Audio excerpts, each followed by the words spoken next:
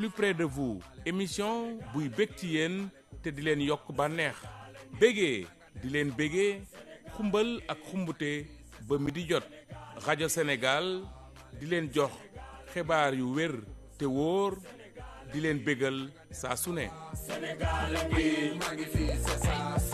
Voilà 8h05 mu yegg si nañ ci waxtu wi noo dalalee suñu gan le grand entretien Ramatoulaye Sarr ginnaaw ba ma la nuyoo ma bàyyi la suñu gan tey. fay naa la Arona Diouf nuy également auditeur u rajo Sénégal 92.5 waxtu gi dañ koy jagleel gan gi comme ni nga ko waxee 8h00 alors gan gi nag du kenn ku dul monsieur Pape Baba Diassé moom nag inspecteur de l'enseignement élémentaire la waaye nekk directeur des examens et concours ñu ngi lay nuyu bu baax monsieur le directeur.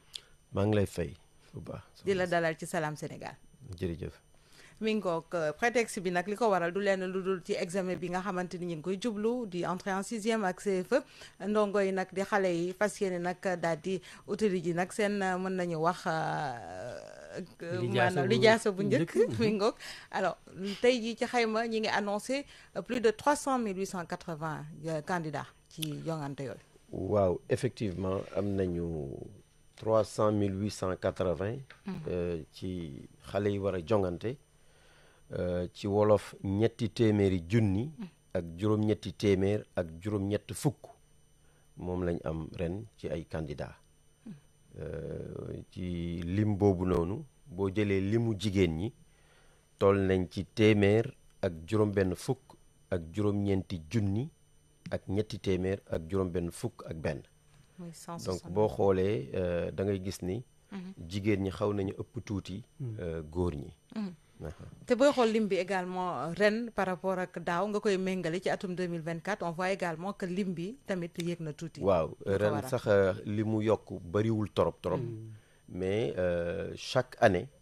daanaka lim bi dafay yokk chaque année. waaw alors lenn liñ ci seetlu également xam naa ni dafa nekk loo xamante ni tamit lu parents yi d'élèves yi salué bu baax moo di ñi nga xamante ni ay ndongo lañu xale lañu te amuñu état civil pièce d'état civil waaye ñoom autorisé nañ leen ñu jongante ndax dañ koy fàttali premier ministre waxoon na ko fi buggul benn xale ñu bàyyi ko gannaaw ci examen yi leen. waaw xam nga droit à l'éducation xale dafa am droit pour jàng. su dooree CI ñëw ba classe CM2 ñu ne ko doo def examen parce que amoo pièce d'état civil dafay xaw a doy waar loolu moo waral ci conseil interministériel bi premier ministre joxe woon dogal pour ñu fexe ba nga xam ne candidat ñi war a def examen ñoom ñëpp muy CFE muy BFEM muy baccalauréat ñu fexe ba candidat yooyu yëpp am seen pièce d'état civil avant examen bi ministère éducation nationale nag dirigé par notre ministre Moustapha Mbamba Guirassy ma koy nuyu au passage moom mu jël dogal ci ministère éducation nationale wax ne may na xale yooyu yëpp ku ci am pièce d'état civil ak ku ko ci amul yëpp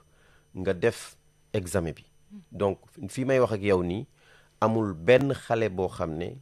day toog du def examen parce que amul pièce d'état civil ñëppay def waaye yemul foofu daf ni ñu mettre en place un dispositif de régularisation de ces candidats maanaam ñu fexe ba candidat yooyu am seen pièce d'état civil au niveau du secrétariat général du gouvernement ñu teg benn comité boo xam ne ministère yi seq wàllu état civil dañ ci bokk éducation nationale ministère de la justice ministère de l'urbanisme et des collectivités territoriales n'est-ce pas ñu toog ñu waxtaane ko tabax lu ñuy wax feuille de route ci tubaab mooy maanaam ay activités yoo xam ne dañ ko war a dérouler pour xale yooyu yëpp am pièce d'état civil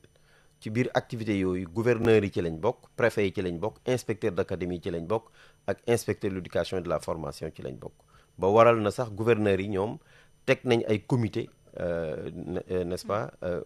avec un arrêté donc fii may wax ak yow nii régularisation boobu daanaka dox nañ ci ay jóge yu bëri évaluation bi sax war nañ ko def ci fan yi di ñëw bu soobee yàlla. xale yooyu kon daal nan la toll. ñu ngi toll ci donc 73 224. ci ñi nga su xam ma ne ko waxee amuñu. ci wolof. dafay nekk juróom-ñetti fukk ak junni. dafay nekk juróom-ñaar fukk fukk ak junni ak ñett ak ñaar téeméer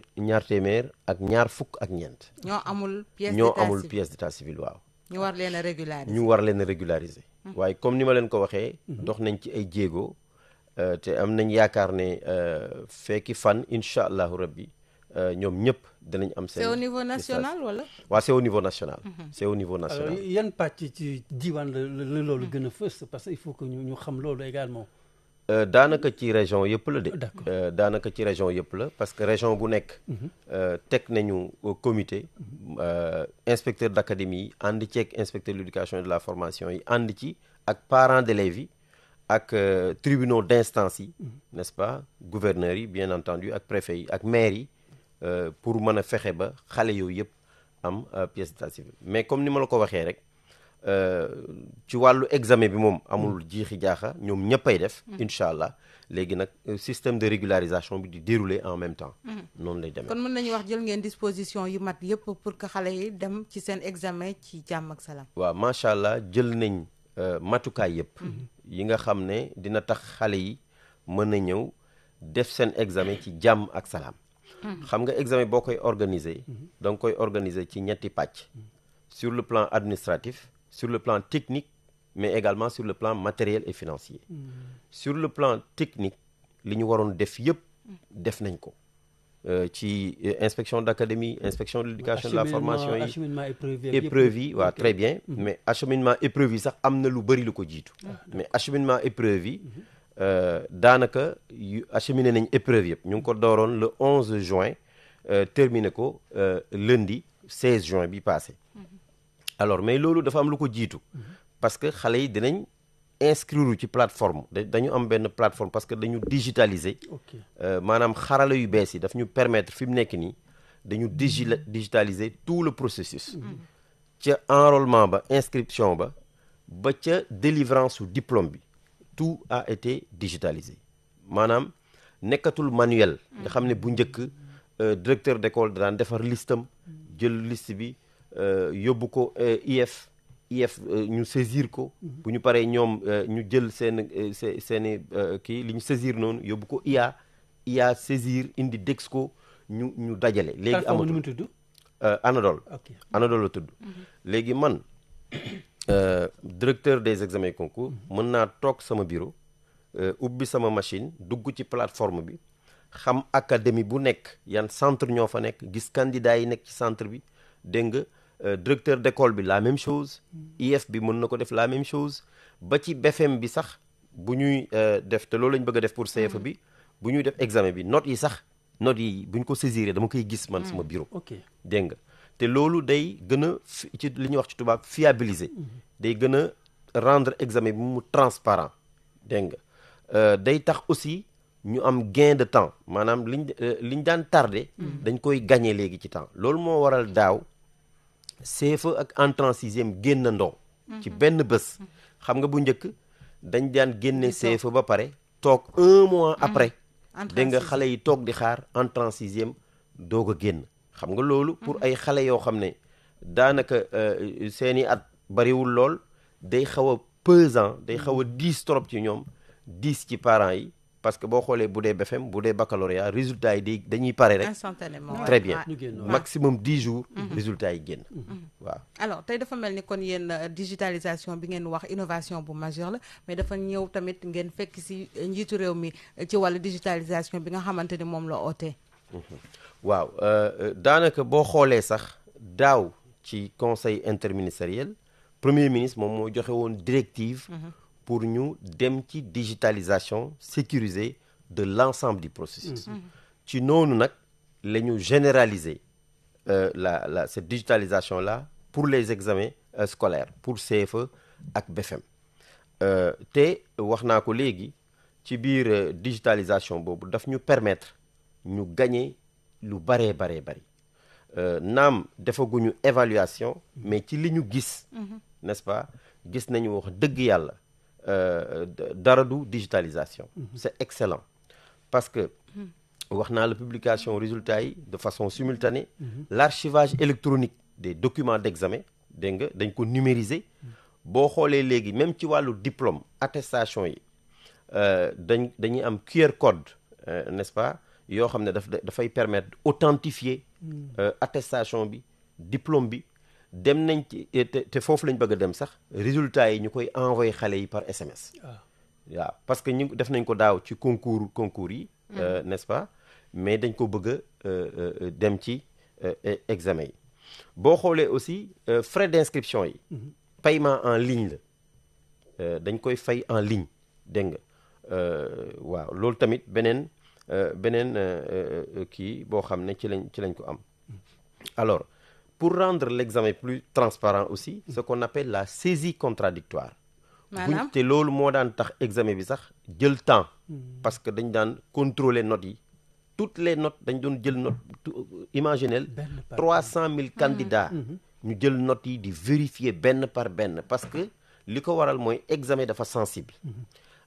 te concours d'entrée en sixième bi dafa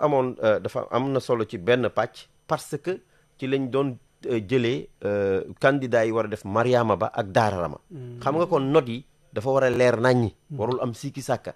dañ doon contrôler manuellement benn par benn mais avec la saisie contradictoire amatul lool amatul contrôle xam nga lu tax parce que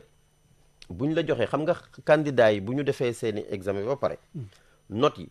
dafay am fiche boo xam ne dañuy bind notes yëpp yow bu ko defee su boobaa nga toog sa machine kii toog machine am yow yaay opérateur de saisie 1 moom mu nekk opératrice de saisie 2 vous avez la même fiche nga saisir moom mu saisir yow xam nga machine soo defee erreur rek da koy def mu rouge da koy signaler ne fii am na erreur parce que boo yow bu dee note bi 12 la nga saisir 12 moom mu saisir 13 am na erreur da koy signaler beneen opérateur de saisie corriger ko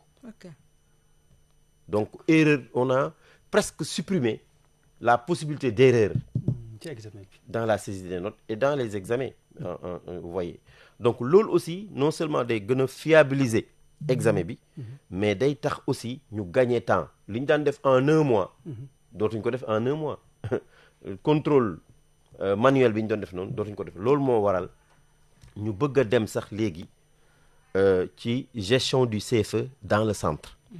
au lieu ñuy defati certificat bi toog di xaar 1 mois résultat yi doog a génn 1 mois après entrée en sixième doog a génn comme ni ñu ko daan defee ñu ni léegi comme xarala yu bees yi permettre nañu ñu gagner temps boobu yëpp ñu ni léegi dañuy organiser léegi CFE à l'image du BFM et à l'image du baccalauréat tout se passe dans le centre de l'administration des épreuves à la publication des résultats et ça se fera pour un maximum de 8 jours 8 jours maximum pour le bac et pour le BFM généralement c'est 10 jours buy tegu tam du bëri mais pour le CFE ce sera un maximum de 8 jours xale yi jot seen résultat xam nga loolu bokkul ak def examen toog di xaar 1 mois wala 2 mois doog am say résultat te loolu xarala yu bees yi moo ñu ko permettre ñu ni nag ren comme ni ko directive conseil des ministres interministériel waxee déwén lañ koy généraliser waaye ñu ni comme expérimenté nañ ko ci examen blanc am na IEF yoo xam ne réussir nañ ko dégg nga ñu ni léegi ren dañ koy expérimenter au niveau de l'Académie de Dakar l'Académie de Dakar donc a pris parce que l'Académie de Dakar ayant réussi l'examen blanc a pris l'initiative n'est-ce pas d'organiser le CFE maanaam dañu ñoom ñu ni comme réussir nañ CFE blanc bi appliqué nañ la gestion du CFE dans le centre ñoom ñu ni nag dañ koy def ci CFE bi bu ko defee ñoom ñu servir d'expérimentation pour la généralisation de l'année prochaine loolu moo waral démb ci académie bu Dakar inspecteur d'académie convoqué benn réunion boo xam ne IEF Dakar yi ñëw nañ les chargés des examens concours ña nga fa woon man mi maa nga fa woon ak n'est-ce pas l'ingénieur qui gère la plateforme Anadol ñu waxtaane ko dégg nga d'accord ci naka lañ koy defee ak ci yan fan lañ koy defee et cetera bu ko defee l'année prochaine ñu mën koo généraliser incha allah. alors pour épreuve yi également tey jii ak ñi nga xamante moo di surveillant yi ñu nar a déployer et tout cela comment va se passer cette correction yi ni mu daan demee rek lay demee ak digitalisation bi le waaw boo xoolee correction yi. pour ren wax naa la bu dee IA de Dakar. comme dañuy expérimenter ñoom. dañuy administrer di corriger en même temps. ok il faut ma expliquer la nga comprendre naka la daan demee avant. avant bu ñu administrer waan épreuve yi ba pare dañuy jël chef de centre yi dañuy jël copie jébbal ko inspecteur de l'éducation et de la formation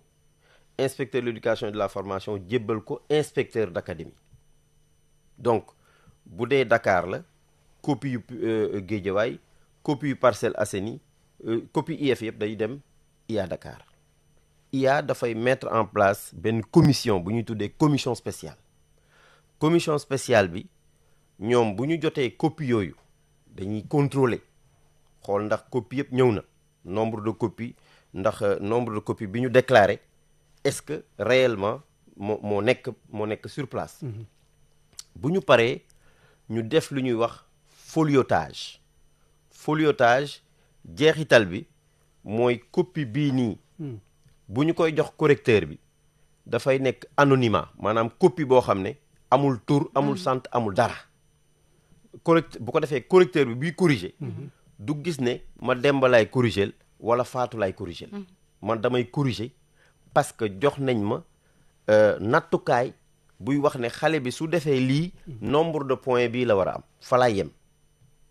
est-ce que comme du xam voilà très bien donc bu ñu paree ci loolu ba def anonymat ba pare ñu jël copie yi nag copie Dakar ñu jox ko Guédiawaye copie beneen IF ñu jox ko beneen IF ba nga xam ne IF bi corriger copie bi sax du xam moom ban IF lay corriger fekk na convoqué nañ correcteurs yi ci centre yi correction yi ba pare bu ñu corriger ba pare superviser correction bi ba pare ñu jëlaat copie yi nag delloo ko académie ba commission de saisie bi ñoom ñooy jëlaat copie fiche de notes yi ñu saisir ko ci machine yi buñ ko saisiree ci machine comme ni ma la ko waxee léegi comme saisie contradictoire la erreur bu am rek machine da koy déceler ci notes yi ñu corriger bu ñu paree phase boobu ñu dem ci préparation de la délibération maanaam délibération pour joxe résultat yi ñan ñoo admis ñan ñoo admiwul loolu moo waral processus bi doon jël temps doon jël 1 mois mais loolu yëpp dañ koy def en rapport avec la direction des examens et concours ñoo koy superviser au niveau national loolu moo waral daaw sax xarale yu bees yi permettre ñu la direction des examens et concours superviser la publication des résultats de façon simultanée CFE ak entrée en sixième n'est-ce pas CFE ak entrée en sixième comprendre nga processus bi noonu lay demee c'est un processus complexe mais quand même qui est maîtrisé te loolu am na ay opération yu ko jiitu maanaam dañuy tabax épreuve yi boo xam nga jàng dafa am ay normes yu ñu war a respecter dégg nga xale bi bu duggee CI ba war a yegg CM2 dañu naan war na am niveau bii de compétence bii nii ce qu'on appelle les compétences de cycle parce que fin de cycle la loolu mooy waral ñu ni certificat c'est une évaluation sommative certificative sommative parce que dafay évaluer dafay natt xale bi ba mu duggee CI ba ni muy yegsee CM2 mais certificative parce que dañ koy jox certificat donc voilà un type d'évaluation bu fekkee ci biir classe bi la bu fekkee jàngalekat bi mi ngi jàngale di avancer di natt xale bi ci diggante booba évaluation formative lañ koy tuddee dootul nekkati sommative parce que sommative bi c'est en fin à la fin de l'installation de plusieurs compétences comprendre nga donc loolu mooy différence certificat ma ñëw ci différence su certificat ak entrée en sixième xam nga nee naa la certificat pour natt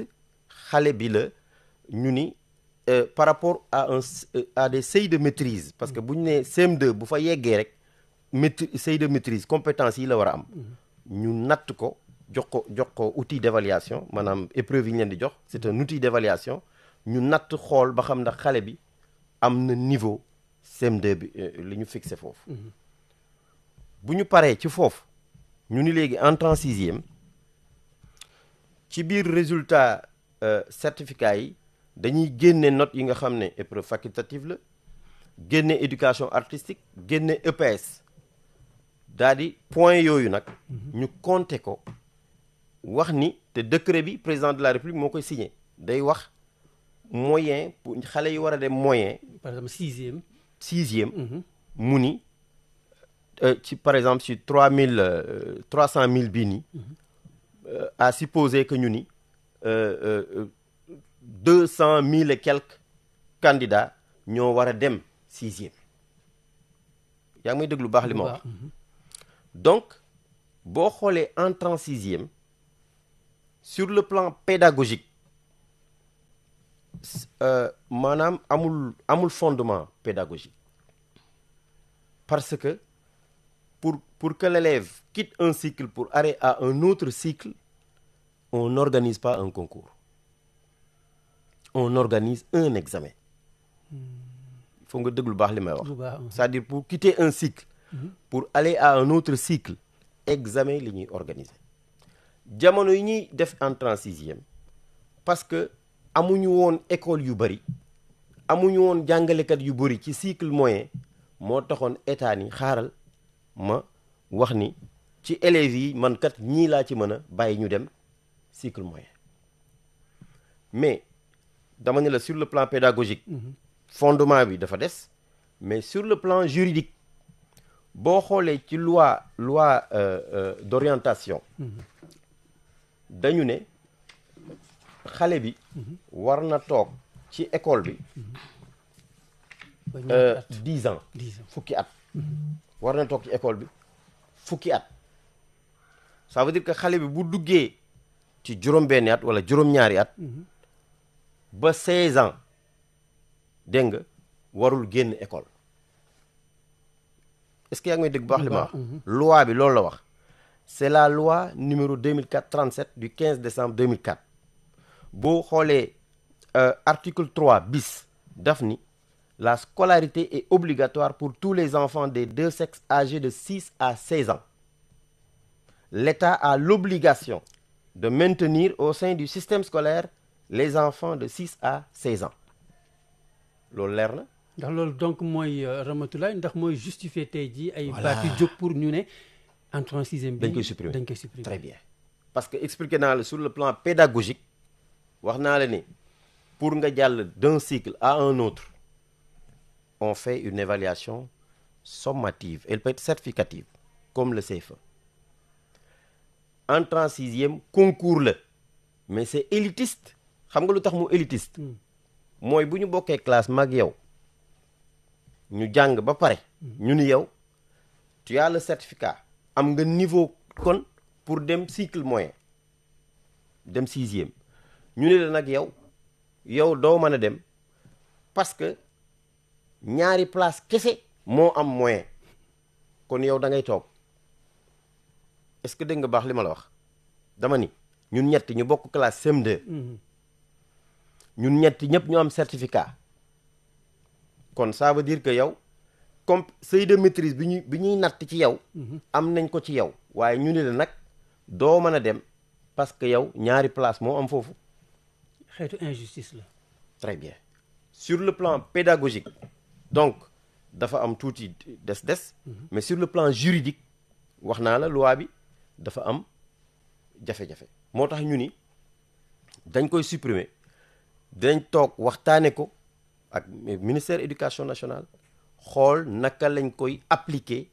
parce que concours yi nga xam ne wax naa la ko Mariama Ba Daara Rama dafa dépendroon ci résultat entrée en sixième yi parce que bu dee Mariama Ba dañuy tànn téeméeri xale yi nga xam ne yu jigéen ñi ñoo gën a xarañ ci Sénégal ci résultat entrée en sixième yi téeméer yooyu ñoom ñoo doon jongante dégg nga ñu tànn ci fanweer ak juróom ñu dem Mariama Ba ñu jàng bu dee Daara Rama dañ ciy tànn dana ëpp téeméer mais ñu tànn ci ñoom tamit à peu près 35 ñu dem jàngi Daara Rama xam nga kon boo xoolee résultat entrée en sixième bi concours yooyu ci la dépendroon donc il faut ñu toog ñu waxtaanee ko sur le plan technique tàmbali nañ ko sax déjà parce que ñun duñu xaar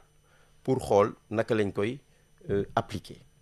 D'accord, on va y aller. On va rebondir sur quelques points en français alors par rapport justement à la tenue de l'examen du CFE et de l'entrée en sixième. Plus de 300 000 candidats seront en lice les 19 et 20 juin. Oui,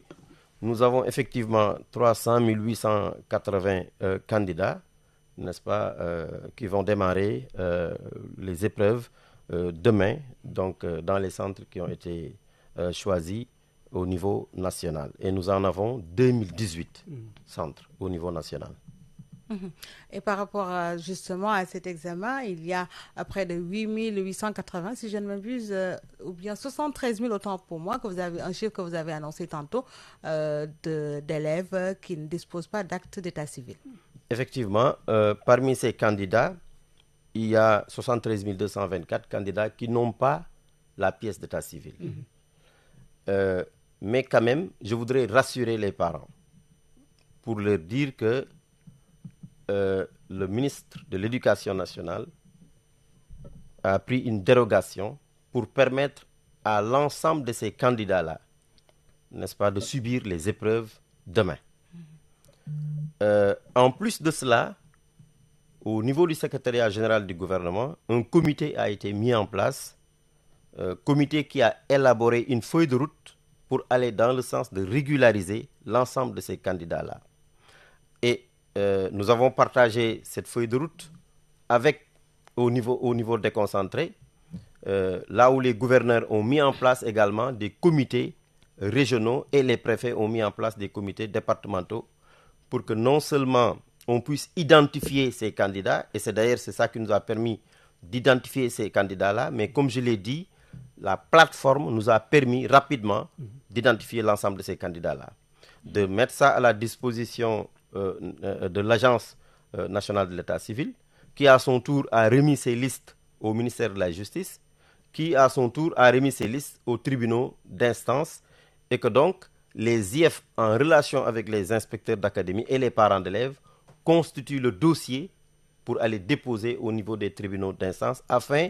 que des audiences foraines et des audiences spéciales puissent s'organiser, n'est-ce pas, au niveau déconcentré et permettre la régularisation de l'ensemble de ces candidats-là. Ce dispositif aujourd'hui est fonctionnel et, n'est-ce pas, on va aller vers l'évaluation de ce dispositif-là. Et une innovation majeure, c'est la digitalisation également intégrale de tout le processus d'organisation. Effectivement,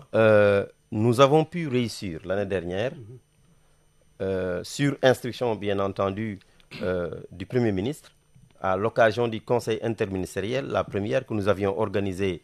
l'année dernière. Donc, instruction a été donnée de digitaliser l'ensemble du processus de gestion des examens et concours. Sous le magistère du ministre de l'Éducation nationale, Moustapha Mamba Guirassy, nous avons réussi à digitaliser tout le processus de gestion du CFE et du BFM. Ça veut dire quoi? Ça veut dire que beaucoup d'opérations se faisaient de façon manuelle. Et avec la digitalisation de l'enrôlement des candidats jusqu'à la délivrance des diplômes, n'est-ce pas? Tout se fait avec la plateforme. Aujourd'hui, en tant que directeur des examens et concours, je peux, dans mon bureau, sur un clic, voir l'ensemble des centres par académie,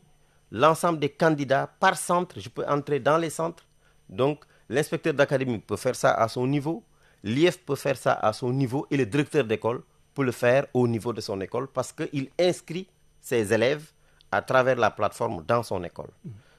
Et donc, nous avons pu, avec ce processus-là, gagner du temps. Donc, il y a un gain de temps. Il y a aussi une fiabilisation de l'examen. Je vous ai donné un exemple tout à l'heure, ce qui faisait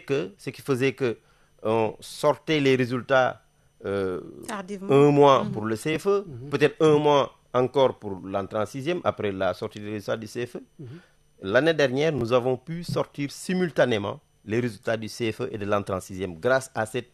digitalisation-là. N'est-ce pas? Et qu'en est-il de la suppression annoncée de l'entrée en sixième? La suppression annoncée de l'entrée en sixième, j'en ai parlé tout à l'heure, parce qu'il y a deux aspects. D'abord sur le plan pédagogique, mais également sur le plan juridique. Sur le plan juridique. Sur le plan pédagogique, j'ai dit que pour le CFE, c'est une évaluation sommative certificative. Si vous connaissez un peu l'évaluation, il y a 3 formes d'évaluation. Il y a l'évaluation diagnostique, il y a l'évaluation formative et l'évaluation sommative. L'évaluation diagnostique, c'est au début du processus d'enseignement-apprentissage pour mesurer le niveau de l'élève par rapport au seuil de performance de sortie. L'évaluation formative intervient pendant le processus pour réguler. Quand l'élève a des difficultés, on régule pour avancer vers l'atteinte, n'est-ce pas, des seuils de performance. Et l'évaluation sommative intervient à la fin des enseignements-apprentissages. C'est pourquoi on dit que le certificat est une évaluation sommative, certificative, parce qu'elle permet de délivrer un certificat. Alors, l'entrée en sixième, par contre, est un concours. C'est sur la base, n'est-ce pas, du CFE qu'on tire les candidats qui réussissent à l'entrée en sixième et qui doivent aller au moyen. Alors, on prend les disciplines, toutes les disciplines, on enlève l'épreuve facultative, l'éducation artistique et l'éducation physique. Le nombre de points donne le nombre de points pour chaque élève. Et ensuite, c'est le président de la République qui signe le décret devant fixer le nombre de places pour le nombre de candidats devant aller en sixième. Or, pour passer d'un cycle à un autre, on organise un examen, on n'organise pas un concours. Le concours, il est élitiste. Est-ce que vous voyez bien? Oui. Donc, sur le plan pédagogique, il y a problème. Sur le plan juridique, je vous ai dit que la loi numéro 2004-37 du 15 décembre 2004, n'est-ce pas, qui a son article 3 bis, dit bien, je le cite, la scolarité est obligatoire pour tous les enfants des deux sexes âgés de 6 ans à 16 ans. L'État a l'obligation de maintenir au sein du système scolaire les enfants âgés de 6 à 16 ans. Ça veut dire quoi? Ça veut dire que l'enfant a le droit de rester dans le système jusqu'à l'âge de 16 ans. Maintenant, s'il ne réussit pas à l'entrée en sixième, on lui dit non, vous ne pouvez pas aller dans le moyen, à moins que les parents aient la possibilité de payer dans les écoles privées. Vous voyez donc, quelque part, il y a une injustice. Et encore que même par le passé, avec l'évaluation normative, c'est des termes techniques que peut-être vous ne comprendrez pas, la note éliminatoire, nous, c'est ça qu'on a fait, l'entrée en sixième. Si on avait 5, comment dirais-je, si on avait 0, c'était une note éliminatoire. La dictée, qui n'avait pas peur de la dictée. Parce que quand tu as 0, on t'élimine. Vous imaginez pour un enfant de 13, 14 ans à qui on dit, oui, tu as 0, arrête-toi là. Vous voyez. Or, dans l'évaluation d'aujourd'hui, on favorise sa forme régulatrice. Parce que tous les enfants peuvent s'améliorer. On peut faire en sorte que l'enfant améliore ses performances. Il suffit juste, sur le plan psychopédagogique, de respecter les normes, de prendre le temps qu'il faut, ce qu'on appelle la pédagogie différenciée, c'est-à-dire chaque enfant, il faut lui appliquer le système qui lui vaut. C'est ça l'équité. Vous ne pouvez pas enseigner à un enfant autiste de la même façon qu'on prend en charge un enfant qui n'est pas autiste. On ne peut pas prendre en charge un enfant sourd-muet de la même façon qu'on prend un enfant qui n'est pas sourd-muet. De la même façon, on ne peut pas prendre en charge un enfant qui est excellent, parce que il y a des enfants qui, même en tant qu'enseignant, tu sais que celui-là, quand tu avais son âge, voilà. Moi, j'avais en terminale au lycée Kennedy, une élève, quand je venais en classe, étant professeur d'anglais, mais je préparais un autre cours pour elle. Ah oui, oui, oui. Parce que je sais que le cours que je vais délivrer pour l'ensemble de la classe, elle a déjà c'est ce qu'on appelle la pédagogie différenciée. Merci beaucoup. Oui? Merci beaucoup, Monsieur Pape Baba Diassé, inspecteur de l'enseignement élémentaire, par ailleurs directeur des examens et concours. La Salam Sénégal vous remercie. Merci beaucoup. merci beaucoup monsieur Diassé jërëjëf Ramatoulaye Sarr li ñu waxtaanee ak suñu gan gi nag dañuy may Seydina Aline Diop mu toog fii ubbi leen bu mu jokkoo bi yéen mbokk auditeurs yi ngeen mënte réagir Salam Sénégal di dellu si suba ak jàmm incha allah. Salaamaaleykum Sénégal ngi maaleykum salaam Sénégal ngi nanga def sawa Sénégal ngi maa ngi fi c'est ça Sénégal ngi rajo Sénégal indi ay coppite ngir li gën waaye ngir li leen di bégal rajo Sénégal fii la jant bi di fenkee bu juróom benni waxtu jotee ci suba gi Salam Sénégal ay xibaar yu wér te bees ay